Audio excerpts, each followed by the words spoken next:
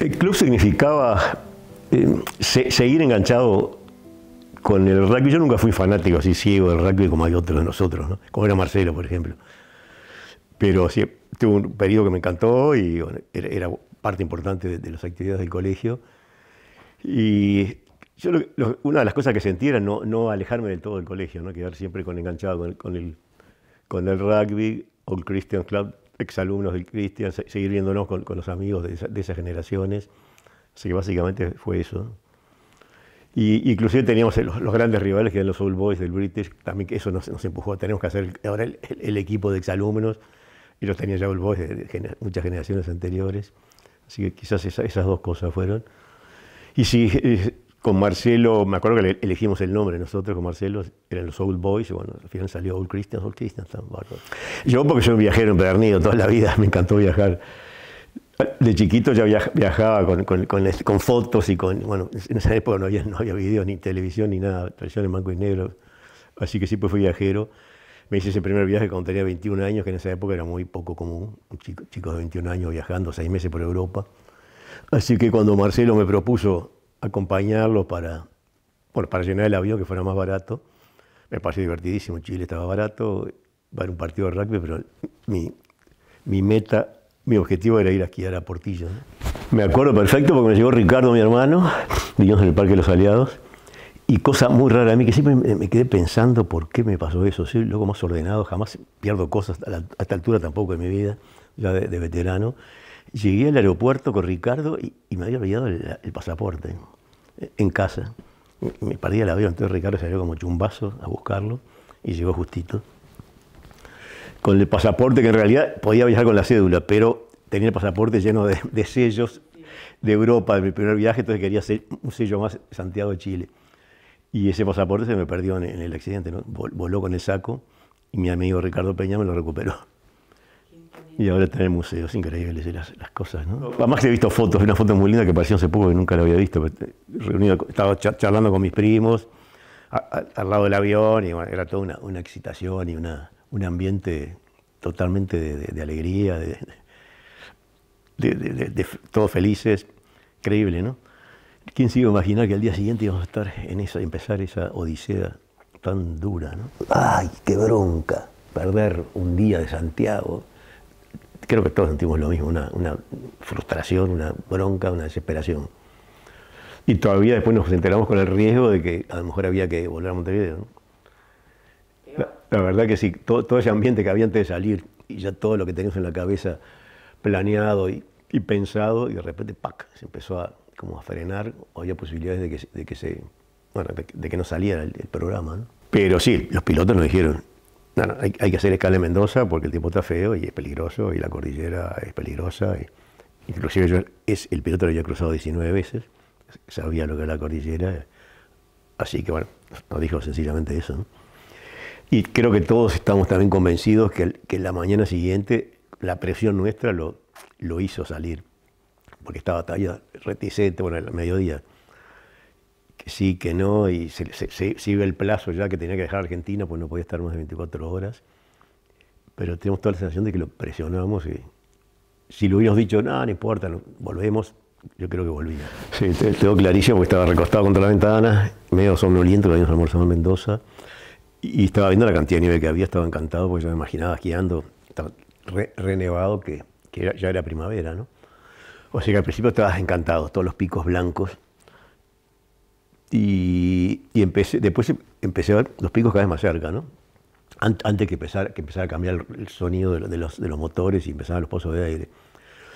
Pero claro, como el avión viró en la mitad de la cordillera, quedaron los picos más altos al lado nuestro, ¿no? Al lado del avión, mucho más cerca, digamos. O sea que ahí no me puse nervioso, pero me llamó la atención. Qué cerca se ven los picos. Y a los pocos segundos o minutos probablemente, empezó el pozo de aire. Pozos de aire brutales, de decenas de metros, que era como si te dieras contra un hormigón, pegaba un golpe seco y como que rebotaba y crujía todo el avión. Uf. Ahí sí, ahí empezó el terror, pánico, por cierto, nos habrá pasado todo, ¿no? Seguí mirando por la ventana, los picos y las nubes, y los picos que aparecían entre las nubes cada vez más al lado del ala del avión, hasta que me puse así a esperar el final.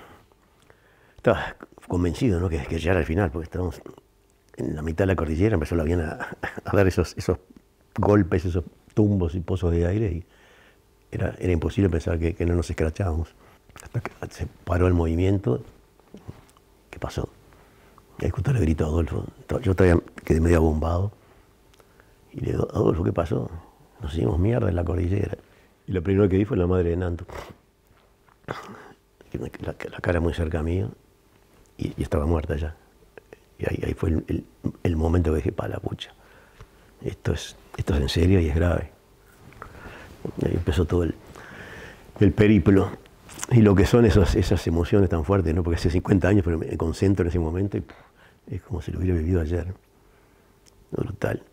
Ahí empezó todo el mecanismo maravilloso de nuestras mentes humanas a adaptarse inmediatamente a la situación, la mente y el físico, el cuerpo, ¿no? Porque dice que 30 grados bajo cero calcula que habrían. Y ahí empezó así, a acomodar los cuerpos, a tomar conciencia de lo que estaba pasando.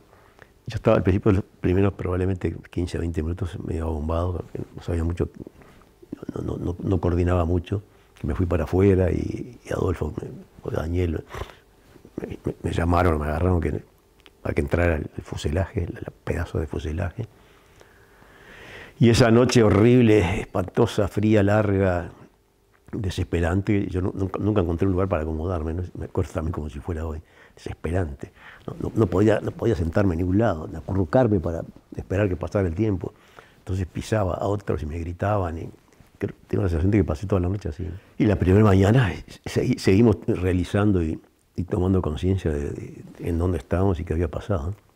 Entonces pedazos de fuselaje, todo tapado de nieve blanca, ni idea dónde estábamos, ni qué altura, con los cadáveres y los heridos y los moribundos. Uf. Pero siempre en esos momentos estamos con la esperanza que iba a venir el rescate, ¿no? El primer día, el segundo. Entonces por lo menos eso, ¿no? Era espantoso. Todos pensamos, nunca nos vamos a olvidar de este día y de esta noche tan horrible. Si hubiéramos sabido que teníamos que vivir 70 noches más, no lo hubiéramos resistido, ¿no? Que eso también es brutal, ¿no? Cuando pensamos y hablamos entre nosotros, cómo nos adaptamos, y llegó un momento que todo nos parecía casi normal, ¿no? La carne de nuestros amigos, nunca más peinarnos, ni lavarnos los dientes, ni la cara, ni nada, y todas esas cosas totalmente secundarias, nos fuimos adaptando rápidamente, pero sobre todo la alimentación y convivir rodeado de la muerte y de cuerpos muertos, fuimos acostumbrando.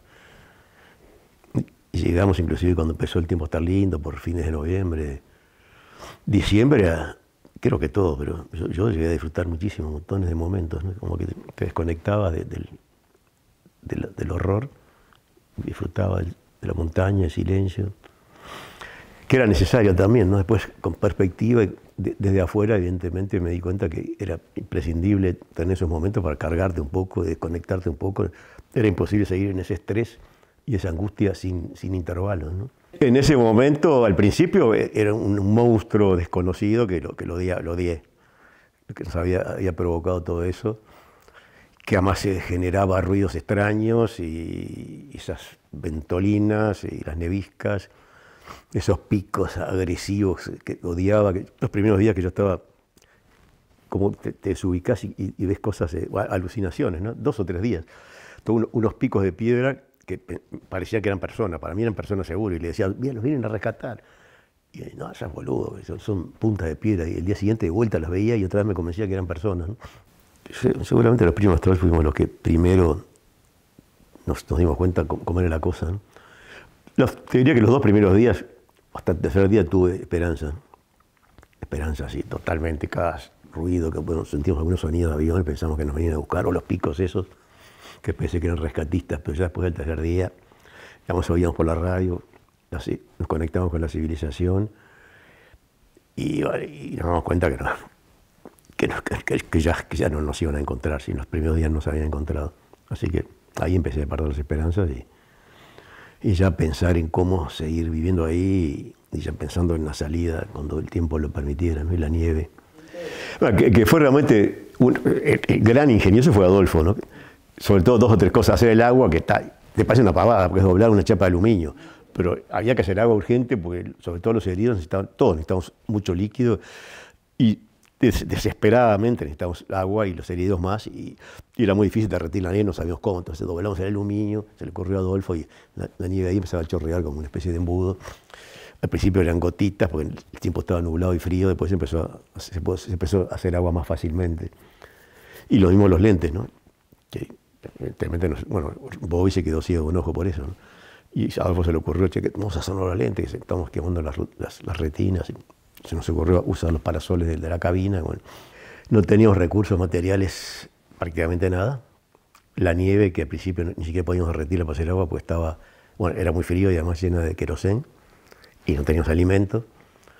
Al grado que tuvimos que probar los cueros de los cinturones, los zapatos, a ver si podíamos sacar proteínas de ahí, hasta que llegamos a la convicción de que la única manera de sobrevivir era esa, comer carne de nuestros amigos, ¿no?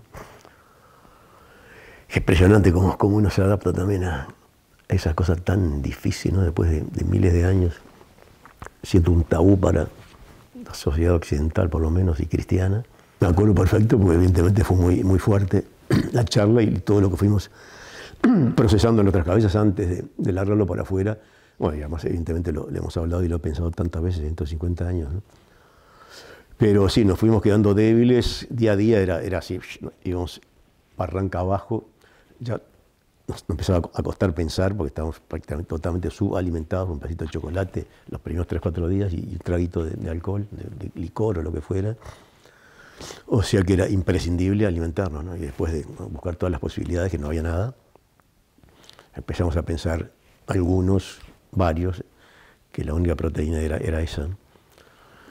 Y eso fue cuando Adolfo volvió justo de esas expediciones, que me acuerdo con quién fue que las hizo, volvió hecho pelota, con la poca alimentación que tenían, agotado, y ahí me comentó, vamos a tener como los cuerpos, es lo único que tenemos, las únicas proteínas posibles, y si no, dentro de 2 días ya no vamos a poder ni movernos, ni pensar, ni nada. Y bueno, es cuando empezamos a hablarlo y sacarlo para afuera nos fue ayudando a muchos, ¿no? Porque lo pensabas y decías, no puede ser, esto es una locura, estoy pensando. Y después pensabas, pero es la única manera de vivir. Yo quiero vivir, soy joven y no le hago daño a nadie. Tengo que romper ese tabú. Bueno, eso fue un proceso que cada uno hizo en sus mentes. Y cuando esa noche, ahí todos apretujados en el fuselaje, largamos el tema y tratamos de convencer a los que estaban convencidos y el argumento fue, el que creo que convenció a todos fue eso, ¿no? Nos ofrecimos unos a otros. Si me acuerdo de decirle a Marcelo, yo no sé si voy a hacer tu alimento o tú el mío, qué más lindo. Y bueno, eso fue lo que realmente nos terminó de convencer a todos. Y eso fue muy natural, como se fue organizando la Sociedad de la Nieve, ¿no? Cada uno fue poniendo el máximo que podía para hacer lo que podía hacer mejor. Y al final funcionaba fenómeno. Ya siempre me acuerdo que antes de la avalancha ya estábamos organizados, funcionando la Sociedad de la Nieve, bastante aceitada. Nos habíamos adaptado a casi todo lo que teníamos que soportar. Y bueno, y ahí te nos cae otra vez el mazazo de la otra prueba. Como dice Roberto, no es que tal cual, éramos como unos cobayos en un laboratorio. Nos probaban a ver cómo hacían hasta qué punto aguantábamos y bueno, y seguíamos y salíamos. Yo me acuerdo después de la avalancha que tuve todo ese proceso horrible, bueno, 3 días encerrados ahí, el proceso hacia la muerte. Cuando salí pero con una energía y una seguridad de que íbamos a salir solos por nuestros propios medios. Genial. Sí, ese día estábamos todos muy tensos porque era un día de mucha tormenta, vientos, ruidos, todos esos sonidos que no conocíamos bien todavía, que no sabíamos si eran temblores o eran avalanchas, no teníamos ni idea de montaña, así que no sabíamos los riesgos de las avalanchas y los ruidos de las avalanchas, las chapas del fuselaje que se sacudían con los vientos. Estábamos todos muy tensos, eso de las 9 de la noche, que está ahí hay algunos que no están de acuerdo con la hora, pero para mí estoy seguro que era tipo eso, 8 o 9 de la noche. Y estamos tratando de dormitar, que no era dormir, ¿no? Yo creo que jamás dormí, probablemente 2 horas seguidas o algo así. Te despertabas y cada despertar, otra vez te encontrabas en la montaña, cuando dormías era un placer, te desconectabas. tratando de dormitar con los cigarros, que siempre fumamos. Tuvimos cigarros, por suerte, que nos ayudó bastante el cigarrillo, una buena compañía. Se veían brasas prendidas, sabías que había varios despiertos con esos ruidos. Bueno, y de repente apareció, sentimos ese temblor imponente y la avalancha que nos tapó todo, se metió dentro del fuselaje, nos comprimió. El pobre Roy fue el único que quedó con la cabeza para afuera, que fue el que empezó a moverse y a tratar de rescatar a todos los que habíamos quedado enterrados. A mí esa noche me había tocado el mejor lugar para dormir, que era pegado a la cabina de los pilotos. Estaba Marcelo, mi amigo, a la izquierda, y yo. Contra la cabina de los pilotos era un poco menos frío, ¿no? Pero después de esa mampara había un pequeño espacio y estaban los dos pilotos muertos que quedaban ahí todo el tiempo, ¿no? Así que ese era el mejor lugar, era al lado de los cadáveres de los pilotos. Y quedé totalmente enterrado, quedamos todos, ¿no? Algunas partes quedamos más comprimidas que otras, por lo visto, porque algunos pudieron salir antes y probablemente los que estaban más hacia afuera, y los que estábamos en la punta quedamos más comprimidos. Quedé totalmente comprimidos sin poder mover ni un dedo, como entre una barra de hielo, ¿no? La nieve se transforma en hielo enseguida, con la compresión desaparece el aire, y bueno, habrá quedado una pequeña burbuja de aire, probablemente me hubiera dado para 3 minutos, que es más o menos el máximo que puedes aguantar sin oxígeno. Y también volviendo a lo relativo al tiempo, ¿no? Para mí fueron media hora, 1 hora, todas las cosas que pasaron por la cabeza en ese momento. Al principio sentí pavor de que se me acababa la vida, después de todo lo que habíamos luchado y nos habíamos salvado del accidente, del impacto. Después empecé a sentir como nostalgia de dejar la vida, una tristeza, todos los proyectos que tenía, qué tristeza horrible. Y nunca más ver a los viejos, mis hermanos, mis amigos. Me disculpé de mis padres, hice todo lo que pude, viejo, discúlpenme, pero me estoy muriendo. Y después empecé a sentir un tremendo placer, inconmensurable, inexplicable, intransmisible placer físico, mental, de todo tipo, una cosa 100% placer intenso, que iba hacia algo. Nunca vi esos túneles de luz, nunca lo vi, pero era como un magnetismo que me llevaba a una cosa totalmente placentera. Hasta que llegó un momento que pensé que estaba muerto, ¿no? Qué increíble, ¿no? Haber vivido esas cosas. Estaba convencido que estaba muerto, yo había pasado la línea y con tremendo placer. Después que ya me despedí de los viejos, me disculpé, pasé todo el proceso de miedo y de nostalgia y de pena, y bueno, está. Llegué a este placer, qué magnífico, no tener que seguir luchando en la cordillera. Y ya cuando estaba en ese instante, probablemente estaría a 30 segundos de morirme de verdad, ¿no? Supongo.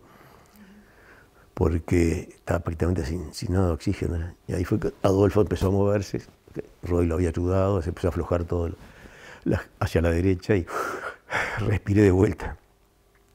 También fueron fracciones de segundo con una angustia, quería quedarme ahí hacia donde iba, desesperadamente, y bueno, volví a la cordillera, que también en pocos segundos me sentí vivo de vuelta y con unas ganas de lucharla, y como te decía antes, con más fuerza que antes de la avalancha.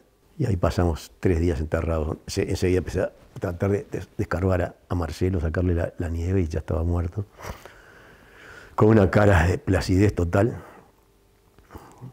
que también pensé, ay, qué envidia me da haber seguido por ese camino, ¿no? En esos momentos pensé eso.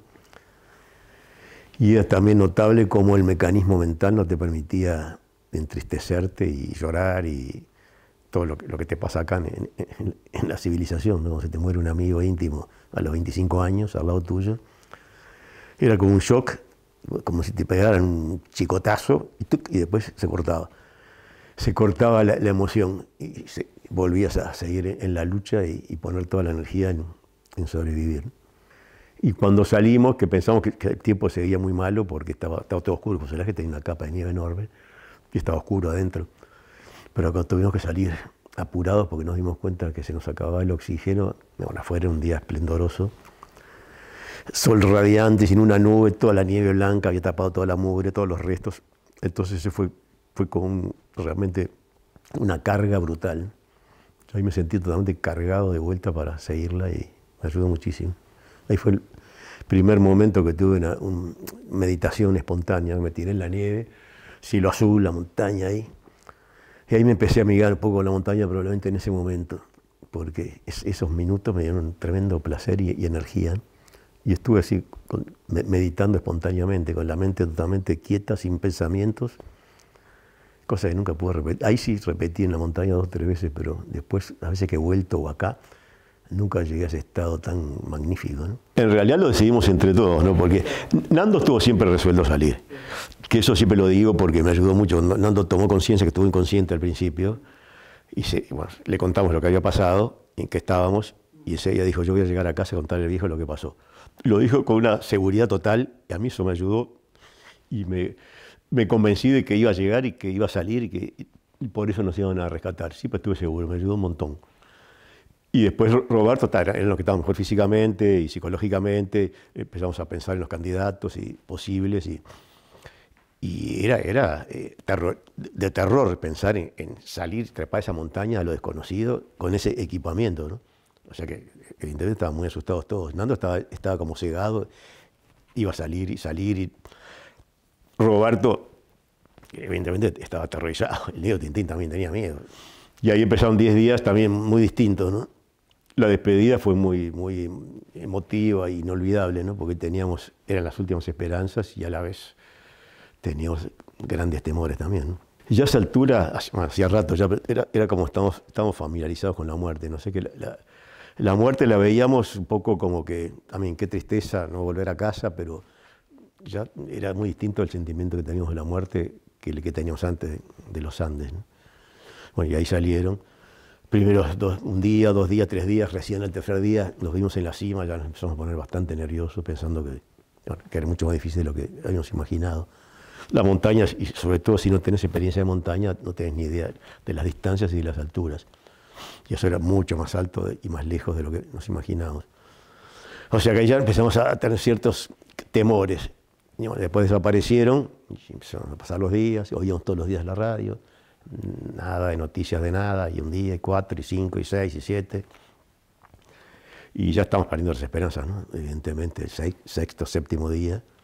Decir que eran días también fantásticos, esplendorosos, y disfrutábamos con el sol nos cargaba, estábamos siempre afuera, tirados, serenos, pero cada vez más nerviosos, porque ninguna noticia oíamos de que habían aparecido. Se nos acercaba la Navidad, que nos hacía intolerable. Imaginarnos Nochebuena ahí, que ya, mejor dicho, sabíamos que íbamos a estar ahí, ¿no? Nos íbamos a tirar para abajo y ver lo que pasaba, porque a morir como fuera o llegar a un lado. Pasar Navidad ahí era intolerable. Y bueno, hasta el 10º día, con Daniel, mi primo, que siempre salíamos temprano a escuchar la radio Transistor, y ahí fue que empezamos a ver la noticia.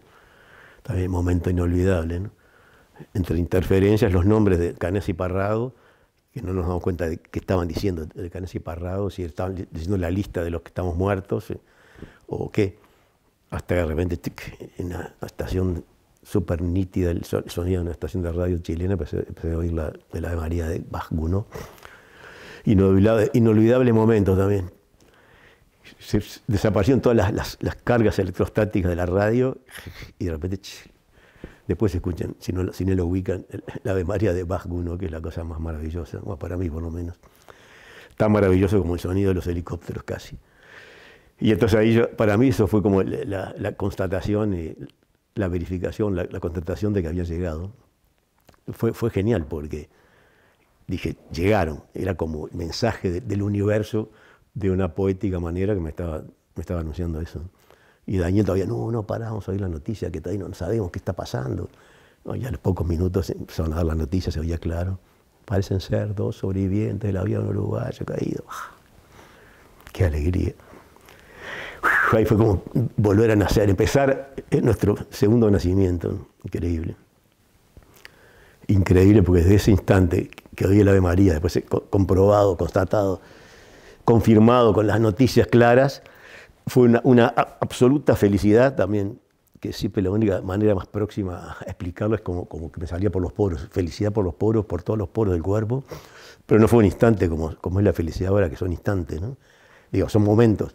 Fue 15 días o algo así de felicidad absoluta, todo el tiempo, de ese momento hasta el rescate, encontrarme con los viejos, empezar a comer, la Navidad en el hotel de Santiago, la llegábamos, todo, era felicidad, felicidad, euforia absoluta. Pero no, ahí yo me acuerdo cuando me tiré o nos arrimamos al fuselaje a avisarle a todos los demás, el cambio de las caras fue tan brutal que lo tengo grabado, ¿no? Todas esas caras que estaban chupados con los pómulos y a pesar que teníamos esperanzas, ya estos últimos días habíamos perdido bastante esperanzas y sí, habíamos perdido mucho las esperanzas, que teníamos unas expresiones bastante tristes. Y cuando les dimos la noticia, fue como una rejuvenecer, empezaron a brillar los ojos de vuelta, sonrisas, increíble. Fue unos gritos dentro del volumen que podíamos gritar, fueron saliendo del fuselaje. Y ahí empezamos a conectar con algunas cosas de la civilización, increíble, ¿no? A peinarnos algunos, o casi todos. Y después sentimos todos la necesidad también de agarrar objetos, hacernos un bolsito, que eso fue curioso, que después sí, analizándolo nos dimos cuenta por qué era, ¿no?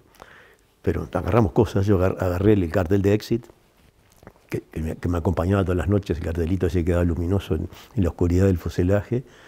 Arranqué eso, me le hice mi bolsito, un par de herramientas, pero en ese momento tuvimos necesidad de irnos con algo de ahí, ¿no? Y cuando nos subimos al helicóptero, donde aparecieron los helicópteros, ese momento maravilloso, nos subimos y empezamos a alejarnos, a todos nos pasó lo mismo, a sentir nostalgia, ¿no? Ese momento tan esperado de salvarnos, de que nos rescataran, inmediatamente se fue achicando el fuselaje y desapareció a los pocos metros de que nos fuimos elevando, y empezamos a sentir como una especie de tristeza, de nostalgia, pensando que nunca más íbamos a volver ahí, ¿no? Que estaban donde quedaban nuestros amigos muertos, donde quedaron todas esas... Vivimos esas emociones, las más fuertes de nuestras vidas, o muchas de las más fuertes, y habíamos logrado esa sociedad.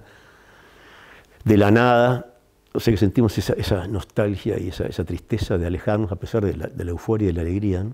Que también yo creo que lo cuento en mi libro, pero cuando se abrió la puerta del helicóptero en los Maitenes, donde hicimos la primera escala, que se abrió la puerta y entró una bocanada de oxígeno con olor a pasto, y sentí bien como que salía de la panza de la vieja de vuelta, ¿no? A nacer de vuelta.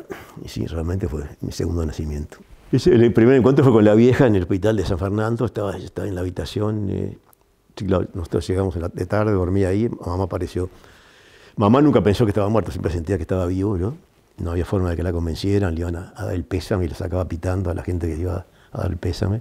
Mamá y varias de los que sobrevivimos, casi todas, ¿no? Es increíble eso, ¿no? Y la vieja se tiró a Santiago sin saber si yo estaba vivo, antes que le dieran la lista. Yo voy, está vivo. Papá, alemán, se quedó esperando la noticia que confirmaran que estaba vivo, ahí fue. Así que llegó la vieja sola primero. Y en esos momentos, bueno, esos momentos que no se da mucho en la vida, por cierto, ¿no? La única vez que se dio, y supongo que a poca gente se le da, de aparecer vivo después que te dieron muerto durante 2 meses y medio y encontrarte con tu madre, no hay palabras para expresar nada, así que no hubieron palabras. Silencio también y abrazos. Sí, eso yo siempre me imaginé yendo a casa primero, por supuesto, y después prácticamente mi segunda casa, que era la casa de Marcelo, donde vivía, pasé un montón de tiempo estudiando y de vacaciones, y siempre juntos, ¿no? Desde que entramos en el colegio, estamos en la clase juntos y las vacaciones, y normalmente íbamos a los mismos lugares y salíamos siempre juntos, y teníamos novias que eran amigas, y Estela, la madre de Marcelo, me adoraba, éramos muy compinches, y me mimaba, llegaba yo y Eduardito, a ver qué te gusta para comer, no sé cuánto, o sea, era un placer. Además era divina Estela y lo más simpático, un sentido del humor genial, y nos adorábamos. Así que me imaginé yendo a abrazarla a ella. Y la pobre Estela había pasado, bueno, lo mismo que mamá, y sentía que Marcelo estaba vivo, y estuvo vivo hasta la avalancha, ¿no? Qué angustiante para esos padres, ¿no? Saber que estuvo el hijo vivo hasta el 29, y algunos después todavía, y no poder llegar a salvarlos. Y Estela no soportó, pobre, la idea de verme a mí solo, sin Marcelo al lado, como nos había visto siempre desde chiquito, ¿no? Y entonces no quiso verme por mucho tiempo. Yo estaba deseando tener esa charla y contarle cómo había estado Marcelo, y lo importante que había sido en la cordillera, y bueno, el respeto que todos le tenían, etcétera, etcétera. Y que se vio el último momento al lado mío, en la avalancha, que supongo que le hubiera hecho mucho bien, ¿no? A ella, y bueno, lamentablemente no no quiso, no se dio, y después a través de los años la fui encontrando, y siempre con cariño, pero no, nunca se dio esa charla que hubiera querido tener y que le hubiera hecho mucho bien a ella y a mí también. Hubo de todo, ¿no? Hubo reacciones muy desagradables, que también entendibles, yo no lo juzgo, por cierto, pero que nos hacían sentir como culpables, ¿no? Inclusive padres de chicos que también vivieron comiendo de otros amigos un tiempo, hasta la avalancha y después, pero también, no sé, tenían una actitud muy fea con nosotros. Y otros todo lo contrario, como Raquel Arocena y Gustavo Nicolich, fueron divinos. Que Raquel todavía vive y está bárbara. Nos adoraron, nos adoran y nos trataron como sus hijos, y bueno, y le dimos todo el amor que le podemos dar, ¿no? Como, ya que su hijo no volvió, al menos tuvo todo nuestro cariño. Y bueno, fue mucho más sanador y mejor para ellos, ¿no? Bueno, en definitiva, he vivido la vida mucho más a fondo y aprovechando cada instante, como te decía recién, ¿no? O sea, por mí y por ellos. Sí, estoy muy en contacto mentalmente y espiritualmente con muchos de los que eran más cercanos a mí, ¿no? Mis amigos, 4 o 5, y Daniel, mi primo. Y otra de las cosas importantes es aprovechar cada minuto, ¿no? de la vida, porque se puede acabar en cualquier instante. Cuando vivís 2 meses y medio rodeado por la muerte y sabes que te puede tocar, valorás mucho más lo que tenés, ¿no? ¿Qué sentimiento predominante en todo ese tiempo? Yo te diría que el sentimiento de amor, porque siempre tenía que estar pensando en... O sea, sentía el amor hacia mis padres, hacia mis seres queridos, y era lo que te ayudaba a salir, ¿no? Era el motor que teníamos. Amor, siempre teníamos angustias y miedo y todo tiempo mezclado, pero siempre el amor. Cuando tratamos de dormir, nos quedamos un poco más tranquilos, pensabas veías las caras de tus viejos, de tus amigos, de tus hermanos, de tu casa. Sí, el amor, también el amor, distintos tipos de amor, pero el amor entre nosotros, el amor a la vida, y al final también el amor a la montaña, a la naturaleza. Así que sí, fue amor.